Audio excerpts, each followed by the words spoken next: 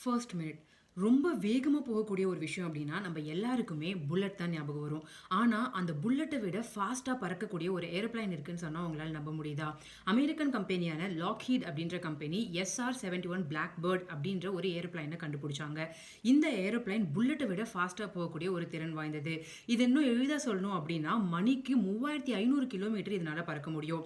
Technical டெர்ம்ஸ்ல ஏரோப்ளேனோட ஸ்பீட make நம்பர்னால measure பண்ணுவாங்க.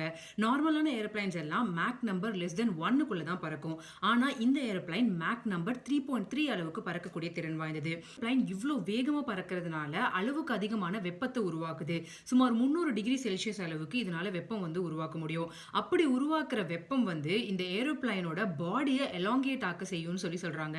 இதனால என்ன பெனிஃபிட்னு பார்த்தோம்னா, இந்த ஏரோப்ளேன்ல லீக்கேஜ் உருவாகுது. அதாவது ஃபியூயல் லீக்கேஜ் உருவாகுதுன்னா, இந்த எலாங்கேஷனே அந்த ஃபியூயல் லீக்கேஜை கவர் பண்ணி ஆட்டோமேட்டிக்கா அந்த பிரச்சனையை சரி பண்ணிரும் அப்படின்றது ரொம்பவே அதிசயமான இன்ட்ரெஸ்டிங்கான ஃபேக்ட்டா இருந்துச்சு. அது மட்டும் இல்லாது இந்த ஏரோப்ளேன நம்மளால பிடிக்க முடியுமான்னு பார்த்தோம்னா, சாதாரணமா ஒரு ரேடார்ல இந்த ஏரோப்ளேன கண்டுபிடிக்கும் போது கூட இந்த ஏரோப்ளேன் ரேடார்ல தெரியிற இடத்துல இருந்து 20 வினாடிகள் நகர்ந்து போயிரும்ன்றது தான் ரியாலிட்டி.